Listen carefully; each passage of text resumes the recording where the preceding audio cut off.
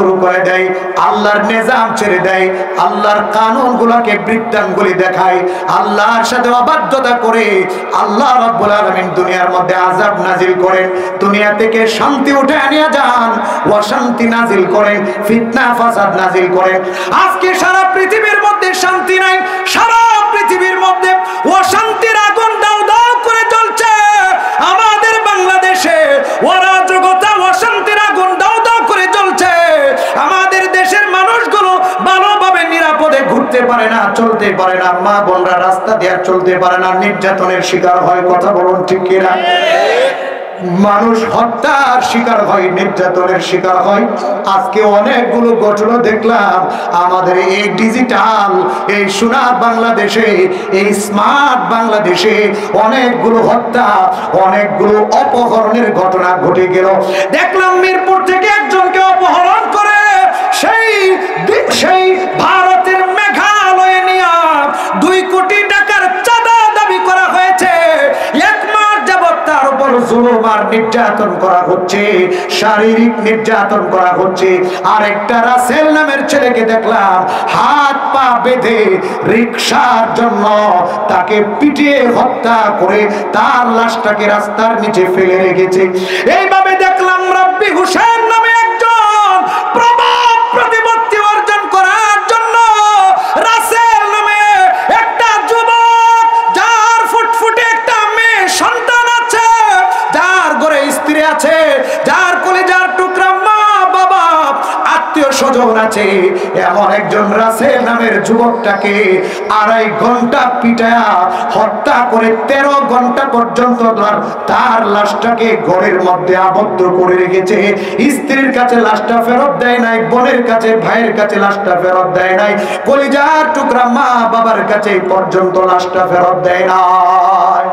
এই কয়েকদিনের মধ্যে দেখলাম গফরগাঁওয়ের একজন হোমিওপ্যাথিক চিকিৎসককে প্রকাশ্যে রান্দা দিয়া কুপিয়ে হত্যা করে হত্যাকারী উল্লাস করছে হাজারো মানুষের সামনে। হত্যা করার পরে নাচতেছে, উল্লাস করতেছে। এর কিছুদিন পূর্বে দেখলাম, এই কয়েকদিনের মধ্যে এই ঘটনাগুলো দেখলাম, সেই দিনাজপুরে একজন মুরগি ব্যবসায়ীকে, যে নাকি কয়দিন পরে বিদেশের বাড়িতে পাড়ি জমাবে, 2.5 বছরের একটা ফুটফুটে কলিজার টুকরা সুন্দর মেয়ে তার ঘরে রয়েছে, স্ত্রী সন্তান রয়েছে, মা বাবা রয়েছে, রাতের অন্ধকারে তার ঘরের ভিতর ঢুইকা তাকে কুপায়া নির্মম ভাবে হত্যা করা হয়েছে। 2টা বোনকে নির্যাতন করা হয়েছে, ধর্ষণ করা হয়েছে। এইভাবে প্রতিনিয়ত আমাদের দেশের মধ্যে এই অশান্তির আগুন দাউ দাউ করে জ্বলছে। কথা বলুন ঠিক কিনা? আজকে আমরা ট্রেনে সফর করতে পারি না, কখন জানি ট্রেনের লাইন কাটা, ট্রেনের লাইন কাটা ট্রেন চুত হয়ে মানুষ মারা যায় কিনা, ট্রেনের মধ্যে উঠতে পারি না, কখন জানি পেট্রোল বোমা মেরে ট্রেনের মানুষগুলোকে, স্বামী স্ত্রী কলিজার টুকরা সন্তান সহ 4-5 জনকে জীবিত অবস্থায় আগুনে পুড়ায়া হত্যা করা হয়। আজকে আমরা রাস্তাঘাটে নিরাপদে চলতে পারি না, দেশের মধ্যে অশান্তির আগুন দাউ দাউ করে চলছে, দ্রব্য মূল্য নিয়ন্ত্রণহীন হয়ে গেছে, গ্যাসের সংকট দেখা দিছে, বিদ্যুতের সংকট দেখা দিছে। আপনারা বলতে পারেন হুজুর এইগুলা তো হবেই, এইগুলা তো হবেই, কারণ আখিরি জামানা চলে আসছে, দিন দিন দ্রব্য মূল্য ঊর্ধ্বগতি হবে, এটা আপনারা বলতে পারেন। কিন্তু আমার কথা হলো, আমি তো আপনাদের কথাই কথা বলি না, দুনিয়ার সিস্টেমে কথা বলি না, আমরা তো দুনিয়ার সিস্টেমে কথা বলি না, আমরা তো আল্লাহর উপর বিশ্বাস রেখে কথা বলি। আমার আল্লাহ বলেছেন, যদি দুনিয়ার মানুষগুলো আমি আল্লাহর নিজাম মাইনা চলে, দুনিয়ার মানুষগুলো যদি তাকওয়া অবলম্বন করে, দুনিয়ার মানুষগুলো যদি দুর্নীতি না করে, দুনিয়ার মানুষগুলো যদি দেশের সম্পদ বিদেশে প্রচার না করে, দুনিয়ার মানুষগুলো যদি গুদামজাত না করে, দুনিয়ার মানুষগুলো যদি ছয়-নয় না করে, আমি আল্লাহকে ভয় করে চলে, আমি আল্লাহ আসমান থেকে সব কিছু নিয়ন্ত্রণে রাখব।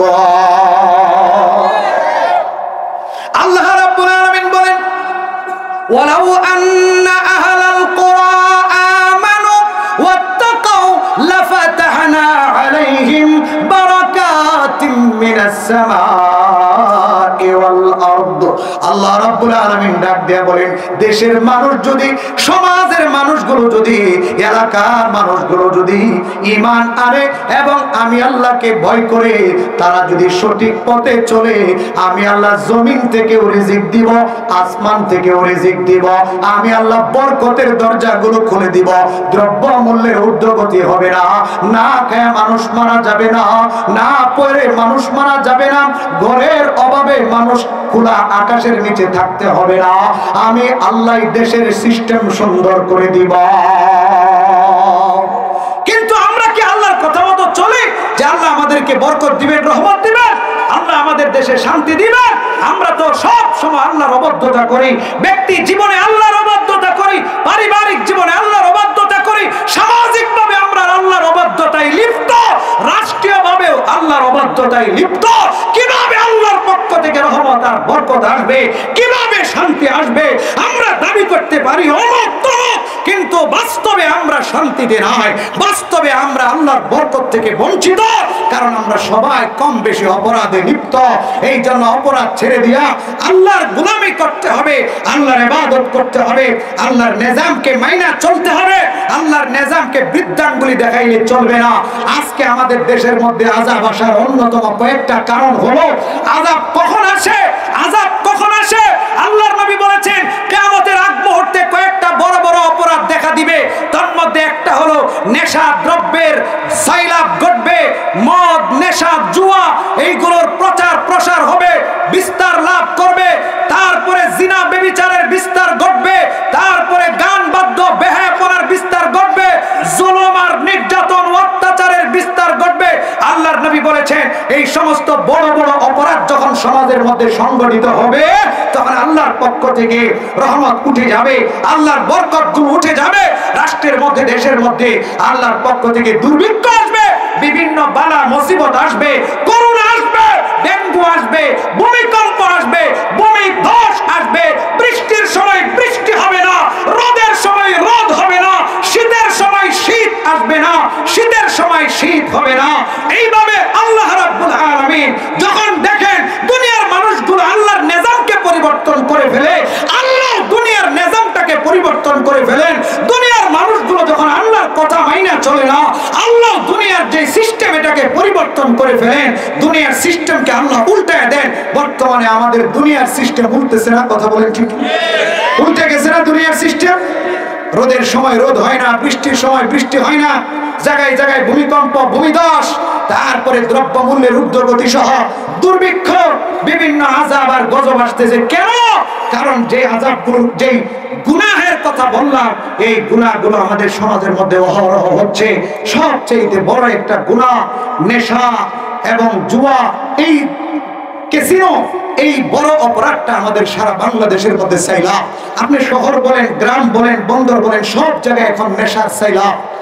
আপনার প্রত্যন্ত অঞ্চলগুলোতে আরো নেশার বেশি সাইলাব। এই জন্য আল্লাহর আযাব আসতেছে। আল্লাহর নবী ডাক দিয়ে বলেন, লা ইয়াশরাবান্না নাসুম মিন উম্মতি আল খামরা, আমার উম্মতের কিছু মানুষ কিয়ামতের আগ মুহূর্তে নেশা পান করবে। ইয়াসুমুনাহা বিগাইরি ইসমিহা, নেশার নাম পরিবর্তন করে ফেলবে। নেশার নাম রাখবে ইয়াবা, নেশার নাম রাখবে ফেন্সিডিল, নেশার নাম রাখবে এলএইচডি। এইভাবে নেশার নাম পরিবর্তন করে সব জায়গায় নেশার বিস্তার ঘটবে। আল্লাহর নবী ডাক দেয়া বলেন, তখন তোমরা দেখবা ইউজাফু আলা রুউসিহিম বিল মাআজিফি ওয়াল মুগান্নিয়াত, আল্লাহর পক্ষ থেকে সমাজের মধ্যে নায়িকা, গায়িকা, নর্তকীরা বেড়ে যাবে। যারা গান গায় তাদের ব্যাপক, তাদের বিস্তার ঘটবে। তখন আল্লাহ রাব্বুল আলামিন জমিনগুলোকে ধসায় দিবেন এবং আসমান থেকে বৃষ্টি নাজিল করবেন, পাথরের বৃষ্টি। মানুষের চেহারাগুলো বানরের চেহারার মতো হয়ে যাবে। মুসলমান ভাইরা আমার, আজকে নেশার ছড়াছড়ি, যুব সমাজ আজকে ধ্বংসের দ্বার প্রান্তে। অনেকে বলে মাদক দ্রব্য নিয়ন্ত্রণ করব, অনেক প্রশাসনের বাইরে বলে আমার এলাকায় মাদক থাকবে না, অনেক চেয়ারম্যান সাহেব বলে আমার এলাকায় মাদক থাকবে না, অনেক ব্যক্তিরা বলে আমার এলাকায় মাদক থাকবে না, কিন্তু আরেক জায়গার চেয়ারম্যান সাহেব দেখা যায় নিজেই মাদক লালন পালন করে। কথা বলুন ঠিক কিনা? আরেক জায়গার চেয়ারম্যান সাহেবকে বলতে শোনা যায় নেশা হারাম না, নেশা বৈধ জিনিস। কারণ দেখছে সৌদি আরবের যুবরাজরা নেশার দোকান বানাইতেছে, এইটাকে তারা বৈধ মনে করেছে, এইটাকে দলিল মনে করছে, দলিল মনে করে তারা নেশাটাকে বৈধ ঘোষণা দিতে চায়। বিভিন্ন জায়গায় নেশার লাইসেন্সের জন্য আবেদন করা হয়। ও মুসলমান, আজকের যুব সমাজ যে বস্তুর কারণে ধ্বংস, আজকের কলিজার টুকরা সন্তানগুলো কিশোর গ্যাংয়ের সাথে জড়িত হচ্ছে, বিভিন্ন চাঁদাবাজ বিভিন্ন বাহিনীর সাথে জড়িত হচ্ছে। ওরাই দেখবেন নেশার আমদানি করে, ওরা নেশা পান করে করে মা বাবার সাথে বেয়াদবি করে মা বাবাকে হত্যা পর্যন্ত করে ফেলে, মা বাবাকে বৃদ্ধাশ্রমে রেখে আসে। আজকের সন্তানগুলো মা বাবার অবাধ্য হওয়ার বড় একটা কারণ হলো নেশা। আজকে স্বামী স্ত্রীর মধ্যে ঝগড়া, স্বামী স্ত্রীর মধ্যে মনোমালিন্যতা, স্বামীটা তার স্ত্রীকে বেদরক ভাবে মারে, স্বামীটা তার স্ত্রীকে কথায় কথায় তালাক দিয়ে দেয়। ঢাকার শহরে 1 মিনিটে 40 থেকে 42টা সংসার ধ্বংস হচ্ছে, 40 থেকে 42টা সংসারে তালাক হয়ে যাচ্ছে। প্রত্যেক 1 মিনিটে 40টা সংসার ভাঙতেছে। বেশিরভাগ নেশার কারণে, নেশা পান করে স্বামীটা তার স্ত্রীকে তালাক দেয়া দেয়। কারণ নেশা পান করলে মানুষটা আর মানুষ থাকে না, তার ভিতরে মনুষ্যত্ব থাকে না। আজকে খুন, ধর্ষণ, নির্যাতন, যতগুলো বড় বড় অপরাধ হচ্ছে সবগুলো হলো নেশার কারণে। কথা বলুন ঠিক কিনা? কারণ নেশার কারণে মাথা ঠিক থাকে না, মা বাবার সম্মান বুঝে না, স্ত্রীর মর্যাদা বুঝে না। আরে মা বাবার সম্মান বুঝবে দূরের কথা, আল্লাহর নবীর সম্মান বুঝে নাই। আল্লাহর নবীর কলিজার টুকরা চাচা হযরতে হামজা বিন আব্দুল মুত্তালিব রাদিয়াল্লাহু তাআলা আনহু, সাইয়্যিদুশ শুহাদা, সব শহীদদের সর্দার সেই হামজা রাদিয়াল্লাহু তাআলা আনহু হযরতে আলী রাদিয়াল্লাহু তাআলা আনহুর উটটাকে জবাই কইরা, উটের কলিজাগুলো বের কইরা, উটের নাড়িগুলো বের কইরা নিয়ে গেছে। হযরতে আলী গরীব সাহাবী, খেয়াল করে শুনবেন, বুখারী শরীফের হাদিস। নেশা কত বড় ভয়ঙ্কর জিনিস, নেশা মদ কত জঘন্যতম অপরাধ। নেশার কারণে সমাজ কেমনে নষ্ট হয়, নেশার কারণে মানুষের বিবেক কেমনে নষ্ট হয়, নেশার কারণে মানুষের মনুষ্যত্ব কেমনে নষ্ট হয়ে যায়। হযরতে হামজা রাদিয়াল্লাহু তাআলা আনহু নেশা পান কইরা হযরতে আলী রাদিয়াল্লাহু তাআলা আনহুর উটটাকে জবাই কইরা তার নারী ভুঁড়িগুলো, তার কলিজাগুলো ছিঁড়া নিয়ে গেছে। হযরতে আলী কান্দেন, আল্লাহর নবীর দরবারে যায় বিচার দিলেন। ইয়া রাসূলুল্লাহ, ইয়া হাবিবাল্লাহ, আপনার চাচা হামজা আমার একমাত্র উটটাকে জবে করে আমার উটের নারী গরুগুলো চিরা আমার উটের কলিজাটা নিয়ে গেছে। ইয়া রাসূলুল্লাহ, ইয়া হাবিবাল্লাহ, ওই যে হামজা তার ঘরের মধ্যে বসে আছে, আপনি আমার বিচারটা করে দিবেন। আপনার কাছে বিচার দিলাম, আপনার চাচা বিচার আপনি করবেন। এখনো নেশা হারাম হয় নাই। হযরতে হামজা নেশা পান করলেন। আল্লাহর নবী হযরতে হামজার ঘরে গেলেন, যায় দেখেন হযরতে হামজা রাদিয়াল্লাহু তাআলা আনহু নেশা পান করে চোখগুলো বড় বড় করে, চোখগুলোকে মোটা মোটা করে লাল করে বসে আছেন।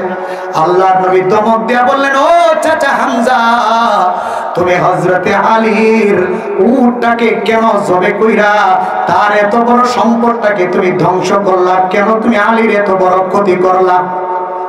আল্লাহর নবী এই কথা বলতে দেরি, হযরতে হামজা একবার নবীর পায়ের দিকে চোখগুলো বড় বড় করে তাকায়, আরেকবার নবীর হাঁটুর দিকে চোখগুলো বড় বড় করে তাকায়, আরেকবার নবীর কোমরের দিকে চোখগুলো বড় বড় করে তাকায়, আর ডাক দেয়া বলে, ও মুহাম্মদ, তোমরা আমার বিচার করতে আসছো? আরে তোমরা তো আমার বাবা আব্দুল মুত্তালিবের গোলাম ছাড়া আর কেউ না। হযরতে হামজা নবীকেও চিনতে পারে নাই, নবীর সাথেও চোখ গরম করে নেশা পান করার কারণে আল্লাহর নবী বুঝতে পারলেন হামজা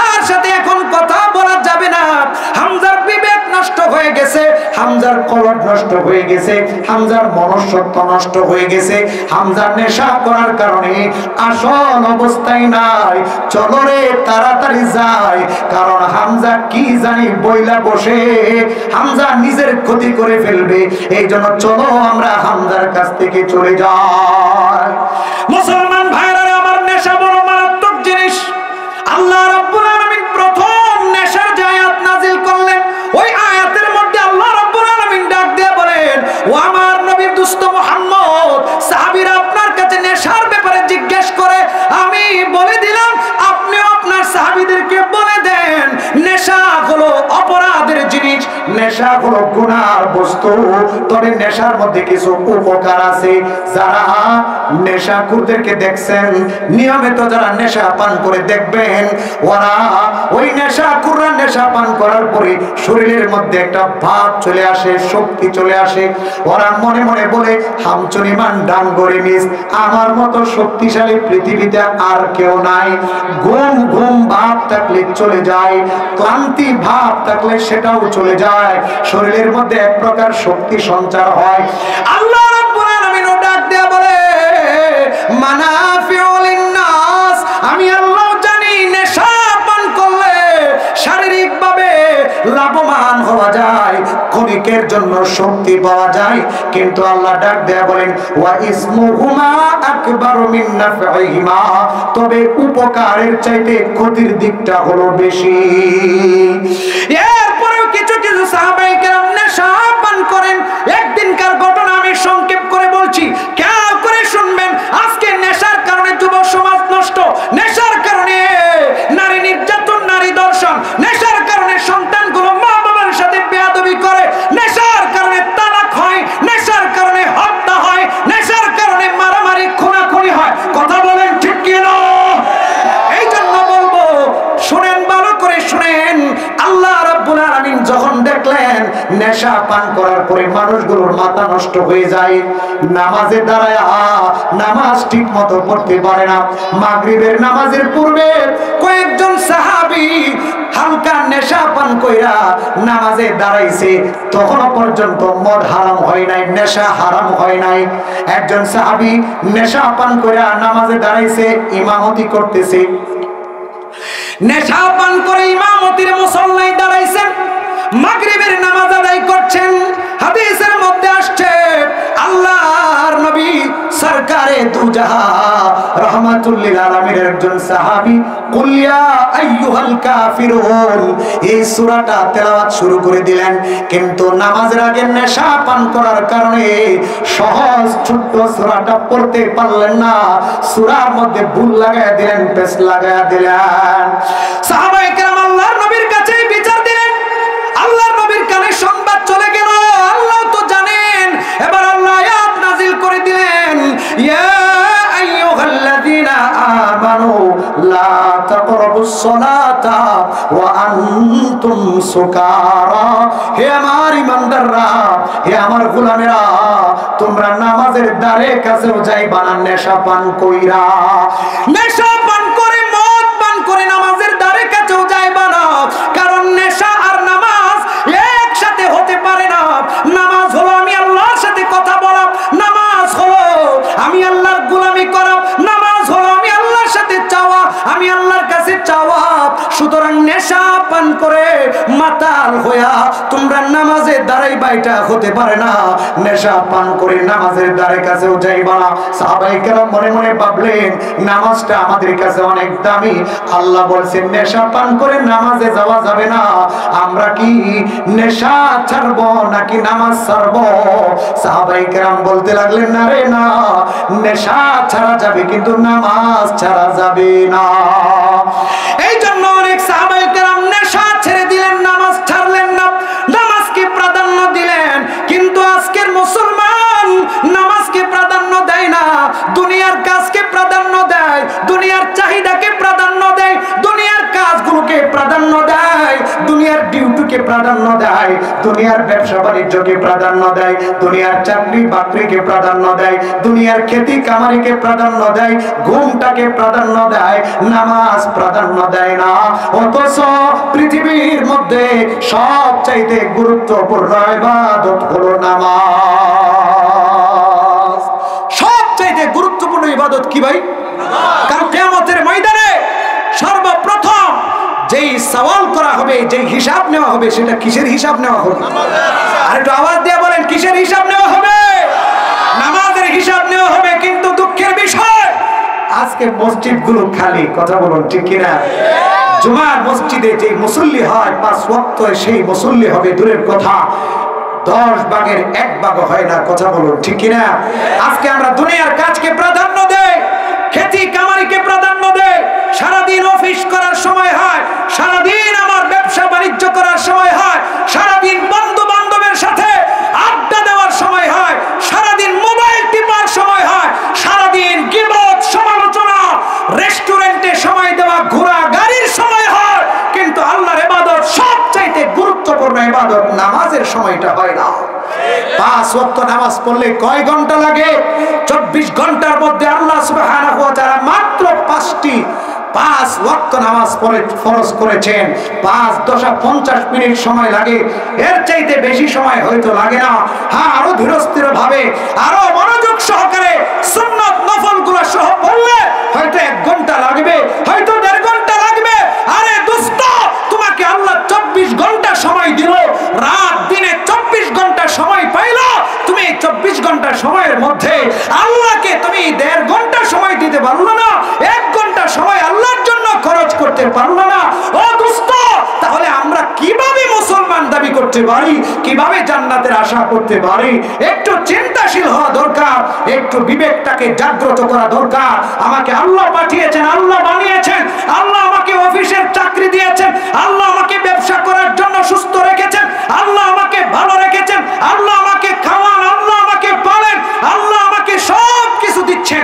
যে আল্লাহ আমাকে সব কিছু দিচ্ছেন, সে আল্লাহকে আমি ভুলে গেলাম। সে আল্লাহর সবচাইতে বড় গোলামি নামাজটাকে ভুলে গেলাম। কিভাবে মুসলমান দাবি করতে পারি?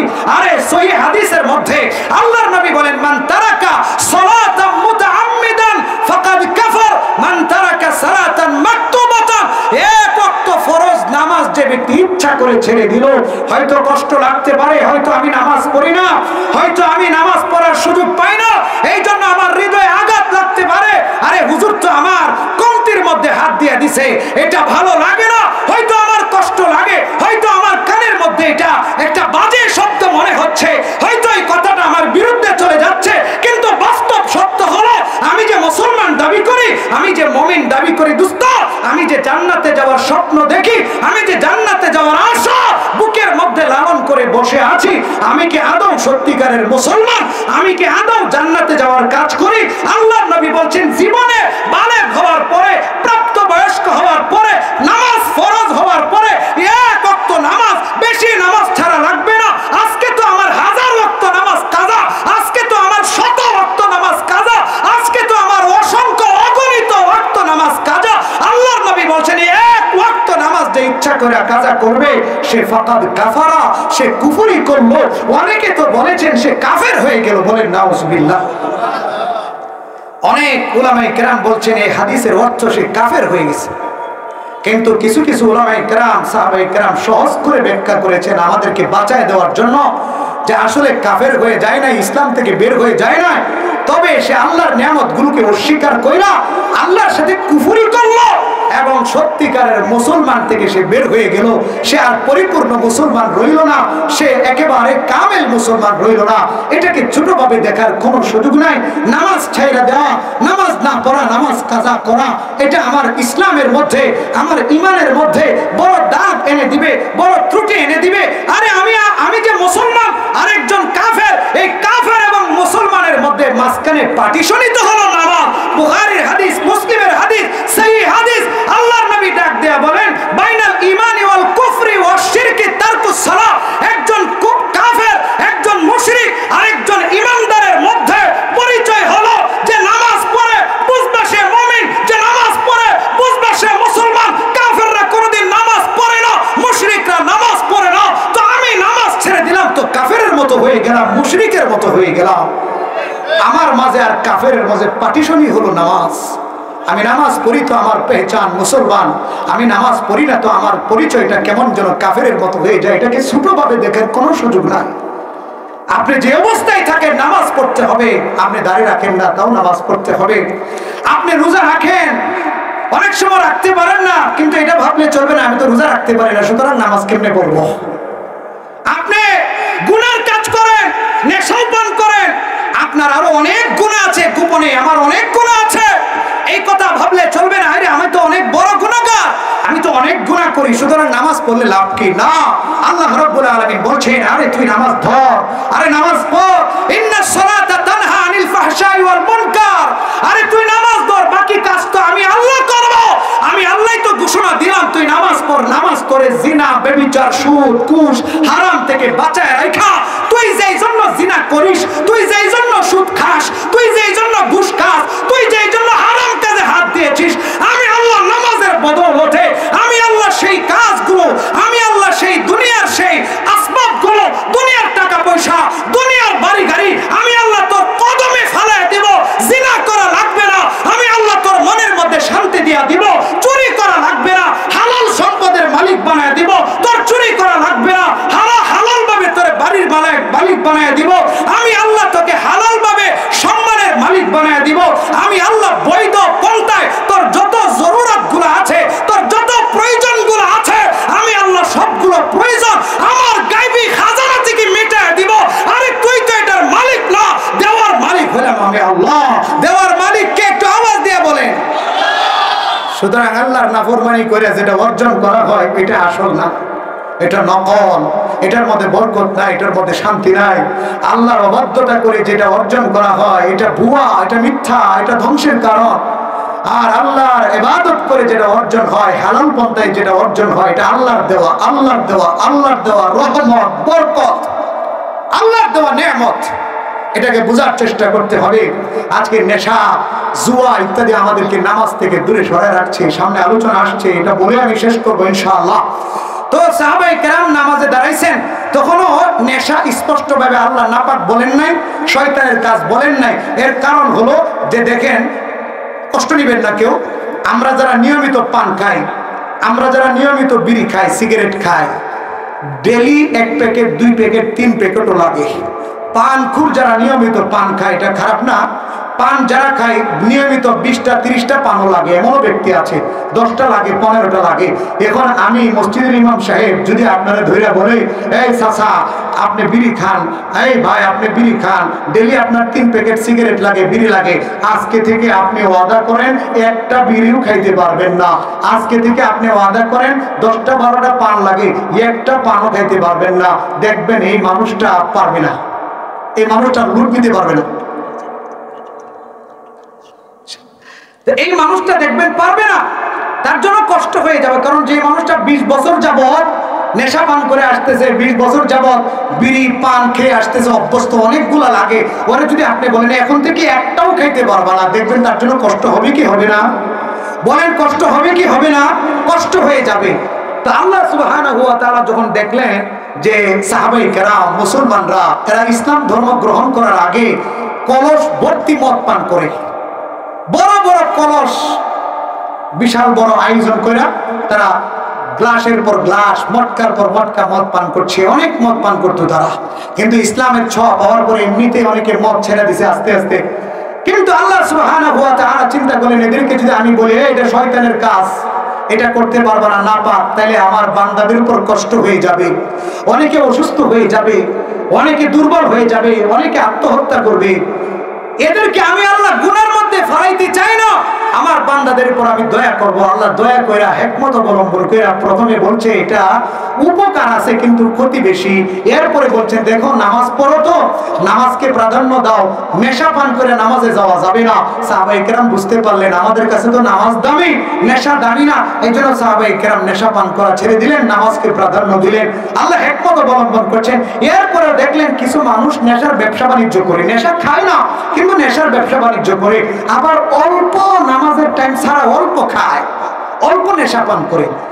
একদিনকার ঘটনা, সাহাবায়ে কেরামের মধ্যে একটা আসর বসছে, আড্ডা, বন্ধু বান্ধব আড্ডা দেয় না, আড্ডায় বসছে, নেশা পান করছে অল্প অল্প, নেশা পান করে মাথা নষ্ট হয়ে গেছে, কথার কাটাকাটি লাগছে, কবিতা আবৃত্তি করছে, রাগারাগি করে এক সাহাবী বকরির হাড্ডি দিয়ে আরেক সাহাবীর মাথার মধ্যে দিয়েছে বাড়ি, মাথা ফাটায় লাইছে, রক্ত বের হচ্ছে।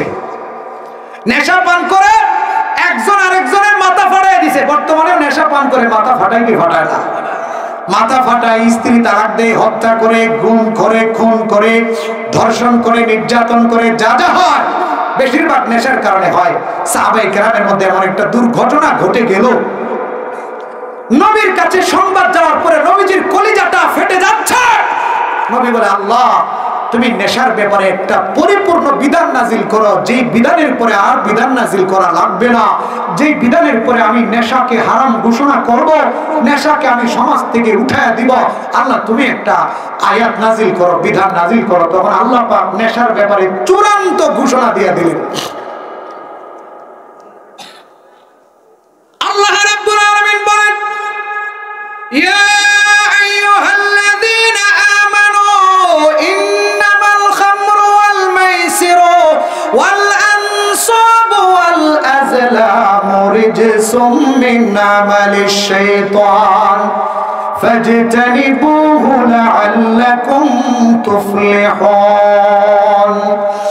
আল্লাহ রাব্বুল আলামিন বলেন, হে ঈমানদারেরা, নিশ্চয়ই শোনো, নিশ্চয়ই মদ এবং জুয়া এবং মূর্তি পূজা করা, বুত পূজা করা, গায়রুল্লাহর পূজা করা এবং তীর দ্বারা ভাগ্য নির্ধারণ করা, এই চারটি বস্তু হলো রিজসুন তথা নাপাক, আমালুশ শাইতান তথা শয়তানের কাজ। নেশা, জুয়া এইগুলো নাপাক আর এইগুলো শয়তানের কাজ। শয়তানের কাজ কি ভালো হয় না হারাম হয়? শয়তানের কাজ কি হালাল নাকি হারাম? আল্লাহ রাব্বুল আলামিন বলেন, তোমরা যদি সফলতা অর্জন করতে চাও, দুনিয়াতেও সমৃদ্ধি অর্জন করতে চাও, সুখ অর্জন করতে চাও, আখিরাতের জান্নাত পেতে চাও, তাহলে এই নেশা ছেড়ে দাও, নেশা পান করা থেকে বিরত থাকো।